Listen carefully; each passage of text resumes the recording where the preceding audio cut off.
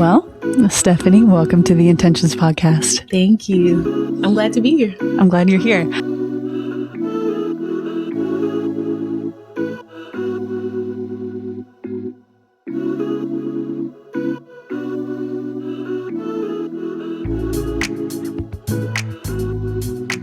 Yeah. And I think some people even believe that like they're communicating with their grandma who passed away or something like that.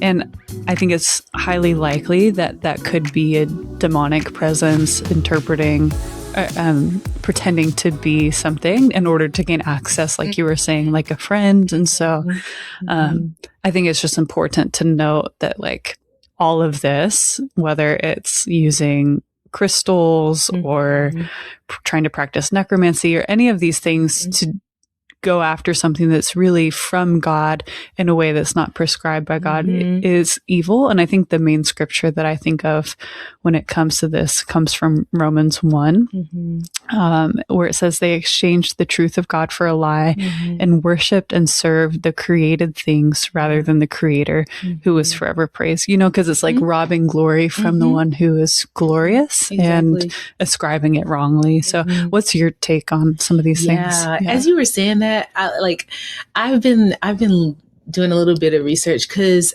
I think about it often because, you know, we have experiences and like they aren't like the authoritative thing, but it's like we can't just like right like forget about it. Like okay. Yeah. And so for me, when I just started to ask the question, well, what are these spirits? I think there was demonic, like I think there were like demonic, like demons, like, you know, but also there's like some Christian thought where like they're disembodied spirits, like Nephilim, like, you know, talking about like, the flood, like where because they were mixed with God and man, like, you know, they can't like really Genesis like, 6, I think, something like that. And so some people, you know, think that that's like what it is. And so with all of that aside though, I just had this thought of like, those types of beings aren't they're not, what's the word I'm looking for? They're not bound by the time in a way that we are.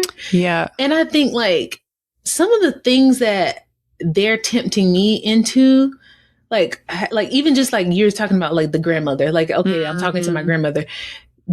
Like, because they're not, like I said, in this timeline of like time, it's like, did this person like, this is the same sort of entity that was there, like with my actual grandmother. Like, you know, these are just things I think about. Right, like, right. You know, because biblical bloodline curses are a thing. Yeah.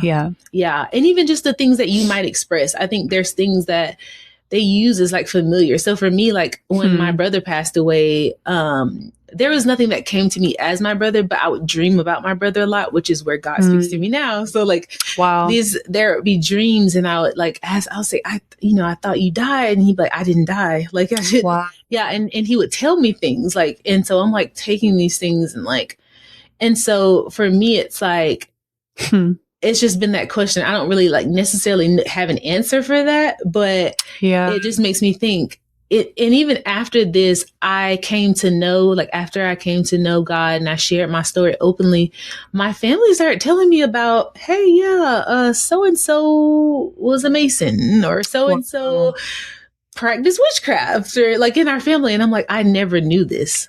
And so the same thing that I'm being tempted into or I fall into is the same thing like for generations like people a stronghold. have. Yeah, like a stronghold. And that's so interesting that's so interesting to me. Yeah. It is man. Yeah.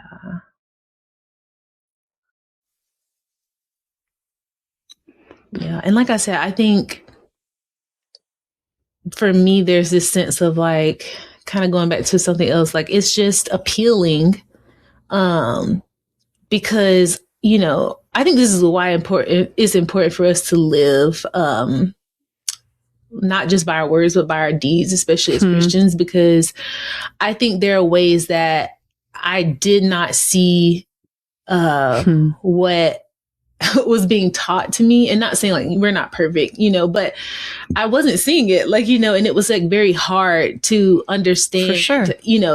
I associated Christianity with people, like, And I think that's why we're in the mess that we're in today with Christian nationalism and artificial discipleship conflated as Christianity. I think that's the most off-putting thing to believers. And I think even with that, I think there's a certain consecration or like devotion or allegiance to God that people can have to go into these messy places. So I think about Daniel and I think about Joseph, and Joseph was promoted to the high place, second in command in Egypt. And from the beginning, like as a little boy, he had dreams, that were prophetic. And he was able to, like, by the grace of God, interpret those dreams, to even get himself out of prison, you know, and which is part of his exaltation. But in that culture, dreams were really highly valued to predict the future and that type of thing. And it wasn't by the Hebrew God, it was by these other, spiritist, medium, that type of things. And so when Joseph goes before Pharaoh, he's very specific and upfront to say, like, hey, I'm not actually the one interpreting these dreams, but it belongs to God. And so let me interpret the dream for Pharaoh. And that leads to prosperity for that nation and his own family. And so I don't know, it's just really interesting to me how people's beautiful propensities and tendencies can be like drawn away. But I mean, there's people I meet that's like, when you know Jesus, you're going to be an evangelist because you're evangelizing every taco joint or, Exactly. Yeah. And I think, that the enemy used those places of like hurt. Like, I talked about how identity was like a big thing for me. It was torn down like from very young age, like everything about me, like my physical like appearance, my personality, like all these different things. I think combined too with like not knowing, I think this is kind of a side note. I think a lot of African Americans even struggle with this like identity piece because of like just the history that we've gone through. So I think combined with that, and then also feeling powerless, like in my childhood, to like not stand up for myself. So when these types of like ideologies were presented to me, it's like, now I can take this power into my own hands, because I didn't feel like, okay, I can't trust anybody else with this. Like I can't, I didn't feel like I could at the time. And so that's why I think it felt so like, okay, I can do something about this, and I'm okay if I fail myself, like, I think that's kind of makes sense. Part of, that whole journey. Yeah. So, I mean, fill me in between you're playing with rocks and campus missionary. What happened? So I moved to Savannah, Georgia, and was that for work? For work. Okay. I was so upset. I did not want to move. God was doing something, like, but he was separating me from that place and from certain people. But at the time I was like, I'm at the top of my class. Like, why am I not getting a job? I was not getting a job at the place that I want to get a job. Like I wasn't getting a job at any other places around there. And so the door was just wide open for Savannah. And I'm like, what is this? And so I ended up going to Savannah, and I continue down my new age path. But I meet my friend Davia. I talk about Davia a lot, but Davia, she was from Macon. She came to work as well. She came to work at the hospital, and we just kind of grew in friendship. But I remember one of our first conversations, she was like, yeah, I'm going, like she talked about going to church. And I was like, oh, she's one of them. I was like, she seems so nice, and now like this isn't gonna work. Like I just assumed this isn't gonna work. But I ended up telling her, I was like, well, what can I lose? Like she's gonna leave anyway. Like, that kind of thought. That's such a sad expectation. It is. Like, this expectation of like because she's gonna think I'm like demonic. Like, she's gonna so that's crazy. Yeah. So I was like, so I just felt like I could tell her, like, because I'm like, she's going to find out anyway. Wow. But she was like curious. She wasn't like in this. I knew what she believed, but she wasn't like, she didn't push me away. And I thought you're possessed. I was like, and I thought that was new for me. Like, I was like, that's new. And so there's a phase where we're just hanging out like within groups and things like that. And then there's moments where, you know, we're hanging out together and I'm like, we're actually like friends. Like, yeah. And I'm very clear on what she believes. And I know that she doesn't believe what I believe, but I still believe what I believe, you know? And so it probably was maybe a year into our friendship, we moved in together. And man, things started to like really like, there was a lot of tension, like a lot of friction, like, cause we're like, you know, it's different when you're separate and, you know, okay, I believe this, I'm over here, I can go home, like, you know, but now we're living together and, you know, I am doing certain practices, maybe inviting certain things into our home, like all those different things start to happen. I didn't realize or remember y'all lived together. Okay. We lived together, we worked together, like so much. Wow. And so we began to kind of just like have different arguments here and there. And I just remember this one day we were coming home from work. I don't know, we were arguing about something. And she was just like, I'm going to call my mom to like pray. And I was so mad. Like I was so mad. I was like, do not call your mom. Interesting. Like you knew that there was something there, like some type of power, or what made you mad? That's what I'm saying. I actually in the moment didn't know. I was like, why? I felt like I was just getting like mad. And I'm like, why am I getting so mad? Like, and so her mom calls and her mom starts praying. And we get home and I like jump out of the car and like slam the door. And I'm like, she's still praying. I'm like, slam the door. I know. I kind of want to time travel and see what this looked like knowing you. I cannot imagine this. I know. I was like, I love when people meet people from that time because they can like, like witness, because it's great. It's like that.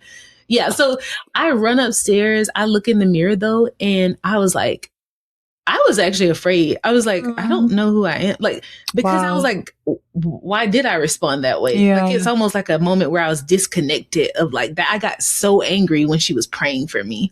Wow. And I look in the mirror and I was like, it's me, but it's not me. Like, I couldn't explain it. And, from there, like things just started to go downhill really. Like when I was at work, I felt like very paranoid all the time. Like, and I don't know if it's, I kind of look back at it now and I'm like, I wonder if it's cause like I'm living with her. She talks about her faith. And I think, you know, I'm a little bit open to hearing her cause she's my friend, but I don't necessarily like fully, but I was like, okay, I can listen to her, you know, but I did start like having, just getting really paranoid. I started being like, basically like when I would wake up at like in the morning, I would have scratches and like bruises on me. And like, I would just like have these moments at work where I was just like thinking like someone was like following me, like just like crazy things in my head. But then people would just start randomly asking me like, hey, like what's going to happen to me when I die? Like, like, you know, cause I saw a lot of death like in that field. Like I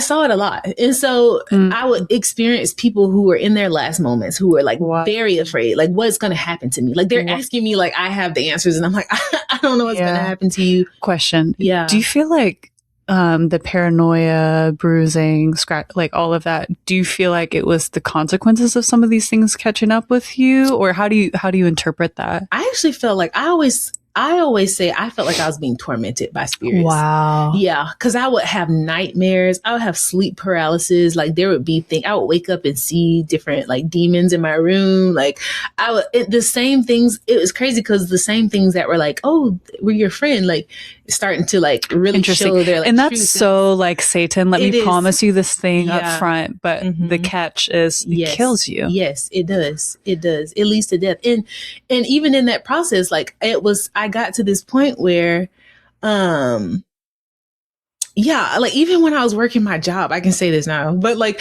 I was like smoking marijuana, like just to escape like these things that were happening to me. Wow. So you never really got an answer for the suffering, even though you've been in it so long. Yeah. Wow. And I think that's when even in that, I think that's where more questions came up. I'm like, this is okay. I have this new age stuff, but it still doesn't like quite answer these questions that I need. I feel like I would love to have answers to. Like, I don't feel like it's not helping. It's just like, so it's like enough to lead you down the road, but not enough to actually satisfy you. Yes, it's not. Oh, it's like junk food. It is.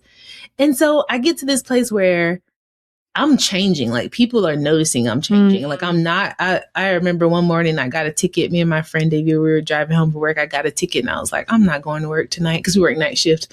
And she was like, you go to work all the time. Like, cause you don't ever miss work. Like, you know, and I was like, I'm not going, like, you know, and so I didn't go. And I think that's where she realized something's happening. Something's actually changing with her. There would be moments where I would just be in my room, like laying on the floor. And I was just like, I wanted to die. Like I didn't have a plan or anything, but I just like, I didn't want to be there. Like I didn't want to be a part of life, but also I was like, I don't know what to do. Like, you know? And so, I would say what was a powerful moment changed my life.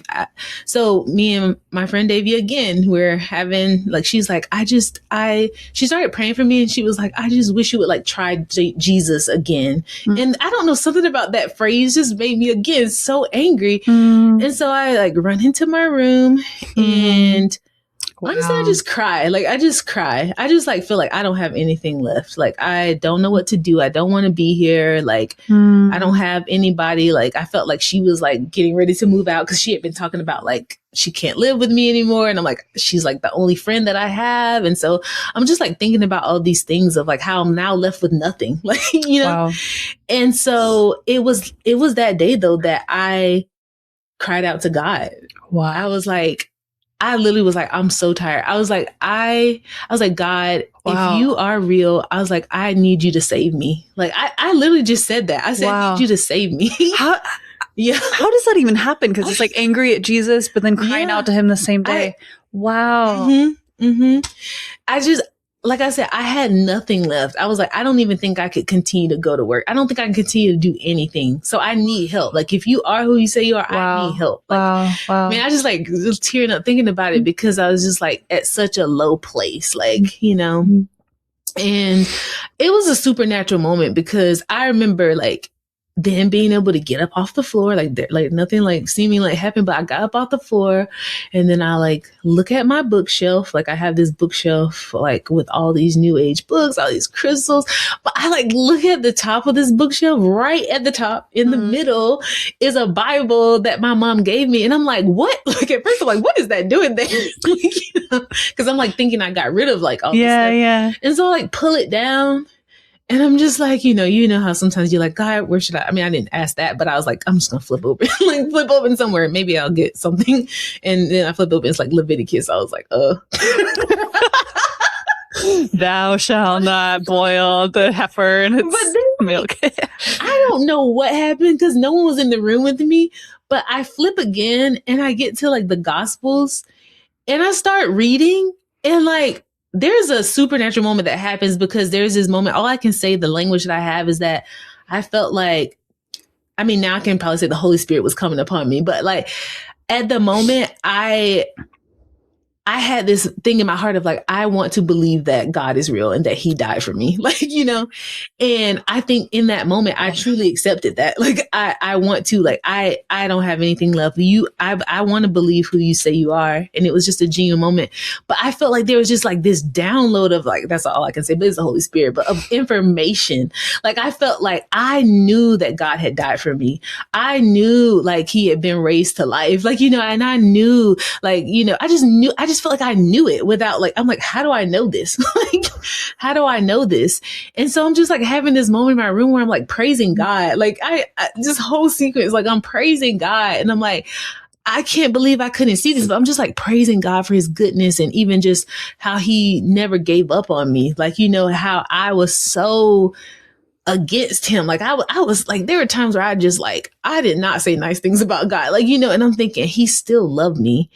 And yeah, so it's just this moment that I have, but then like, I don't know how long it was in my room. I like burst out of my room, like telling my friend David, God is real. Like, God is real. I think she thought I was like, what was her response? I think she was like, are you okay?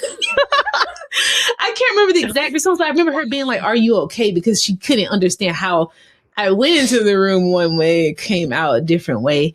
And so she was just like sat down and we talked, and I was like, I really believe this. Like, and so then I just start calling everybody, like calling my friend. I had this friend from undergrad who saw like my transition, like my crisis of faith, and she was a believer. And so she'd been praying, she'd been like sending scriptures. And so I called her, I'm telling her about God. I'm like telling my mom, like calling everybody, like God. Just basically, just spreading the goodness of God. Yeah. And so from there, I got connected to a church there in Savannah. And man, I don't know. I just got surrounded by the right people. God made some divine connections there. Like even pointing out my gifts, like even early on, I was like, when you're a babe in Christ, God is like really like everything's so evident. I was like a year into my journey, God's like, lead a Bible study. I was like, oh, like not me. Like there's so many more qualified people to lead a Bible study. And then I remember asking God, kind of like Gideon, I was like, God, if you're real, I was like, I mean, not if you're real, if you want me to do this, I need you to do X, Y, and Z. Like, oh, he's not gonna do like this is not gonna happen. I feel like he's like, bet. I know. I tried to like ask things that I was like, it would be good if this happened, but this is like, kind of impossible. Yeah. And I said, and it has to happen by 12 o'clock tonight. So there's stuff you can get away with as a new Christian, man. I know, like as a babe, I'm like never would try this stuff now. I feel like God would be like, try me.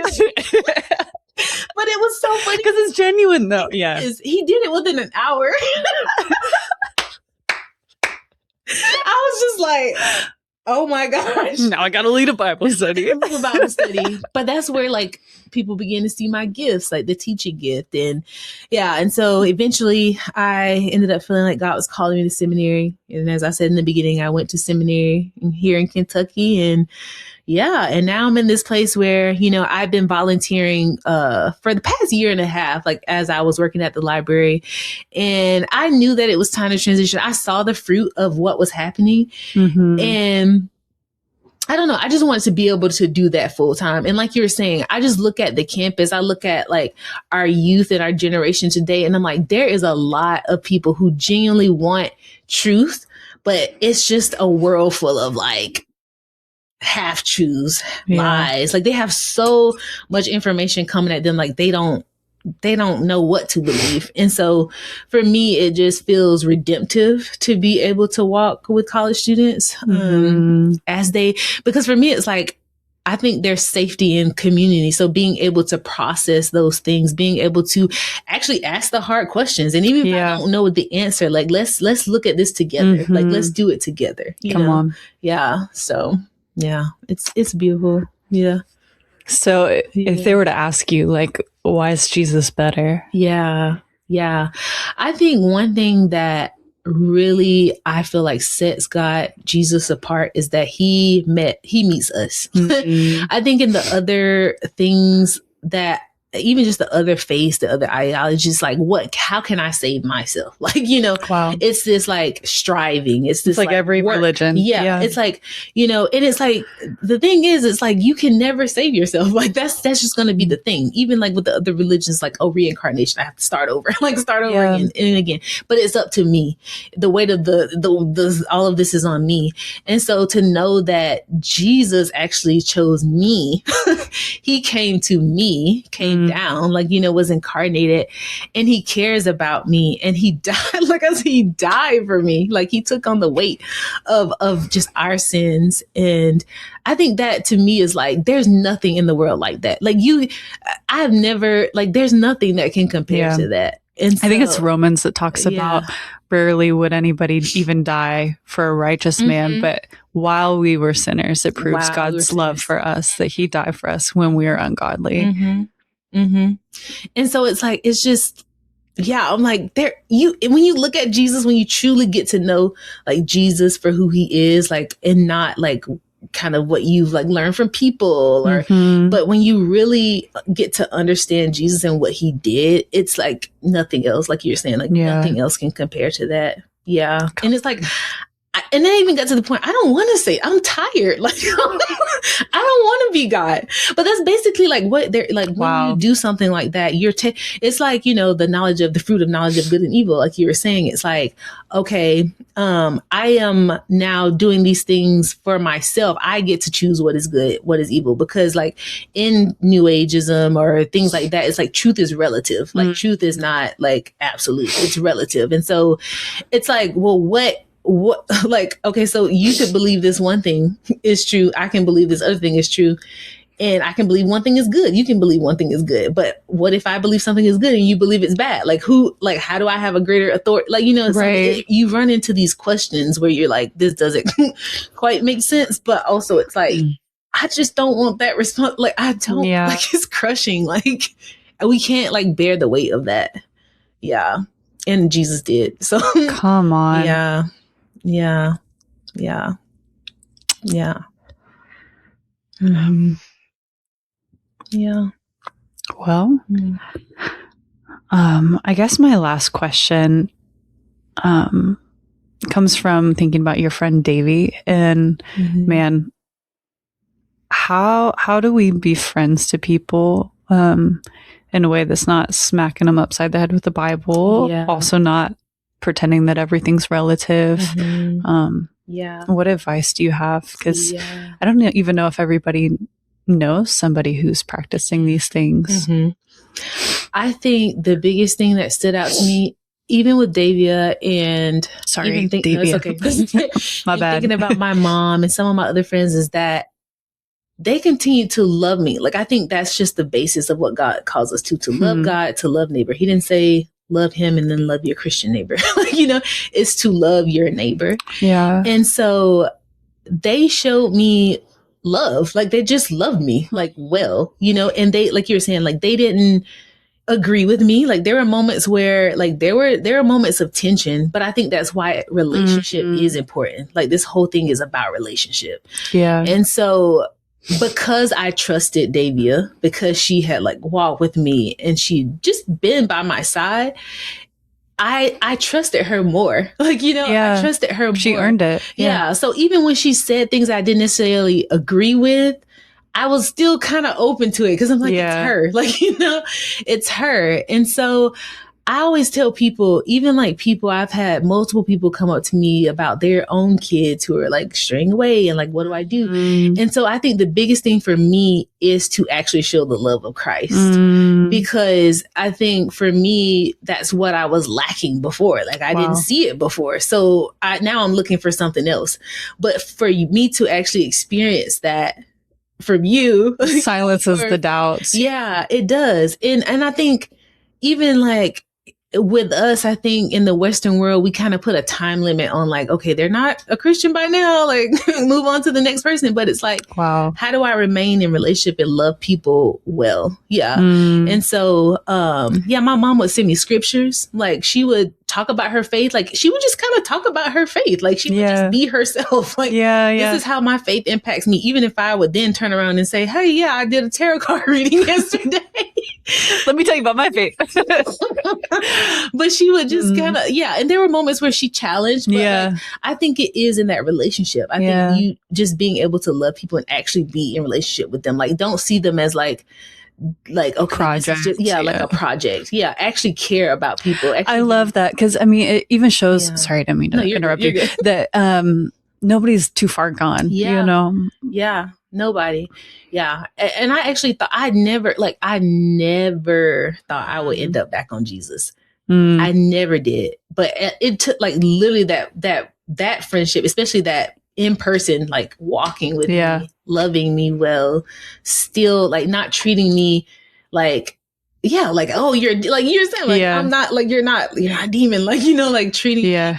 But I have a question with that. Yeah. So when you were talking about like, okay, maybe some things that you were like channeling or like experience might have been bringing spiritual like gnats or whatever into the house.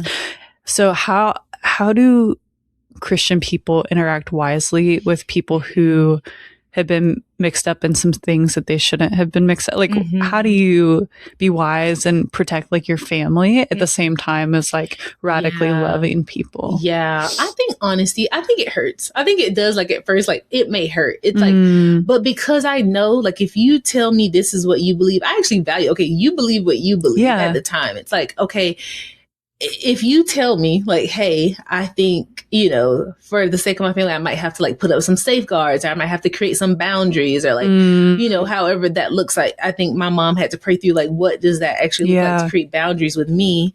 And even my friend Davia, what does that look like to create boundaries with me? So for example, I didn't fully share it, but before when I was, all this stuff was happening, she actually shared, I think I need to move out. Okay. And you know, it was hard to hear, but it was like, she cares enough to. And she was blunt with you about the spiritual stuff as why. Yeah, wow. And why she doesn't. Yeah, and why that's not like how that's affecting her. But she's still going to be friends with you, but she's just not going to be roomies. Yeah, it wasn't just like she was like, I'm leaving, never talk to me again. Right. Like, it was like, hey, like, you know, this is where we're having a lot of tension. Like, and so even with my mom, like we just have like conversations of like, she would just ask like, because like, you know, this is her home, and like, and I would respect that. It was like, oh man, like it hurts, but I don't feel like she was saying like anything about my character, anything about me in creating those boundaries, or just being honest. So I think just saying the truth in love, like, you know, and just being honest. Yeah. Come on. Yeah. And not throwing them, not discarding them. Like, don't. Yeah. Cool. Yeah. Do you have any final thoughts or encouragements or anything? Yeah. I think the biggest thing I want to encourage people is to remain in community. Like, whether you are questioning God, like whether you have big questions that you feel like, oh, I don't know if, you know, what people are going to think about me. I think finding the right community and those people who can walk alongside of you as you answer, or as you seek and search, is going to be so vital to the journey that you go on. Come on. And so, and even for Christians out there, when you have people that you know are having these questions, you know are, you know, really having a hard time. Even people who I see deconstructing, it's like, how can I walk alongside this person, especially if I know that God is like positioned this person in my life, instead of being like, I'm not going to associate with this person, but how can I actually love this person in what they are, what they're experiencing, what they're going through, what they're, these questions that they're having. I think that's going to have probably a greater impact than, like you're saying, like beating somebody upside the head with the Bible, like just being there and present with someone, being curious, and being yourself, telling truth and love, all those different things. But being in community with people is going to be important. Yeah.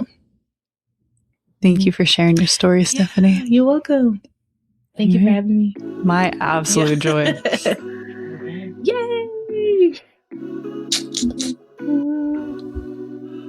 Tune back in next time to finish the conversation with Stephanie. Be blessed, family.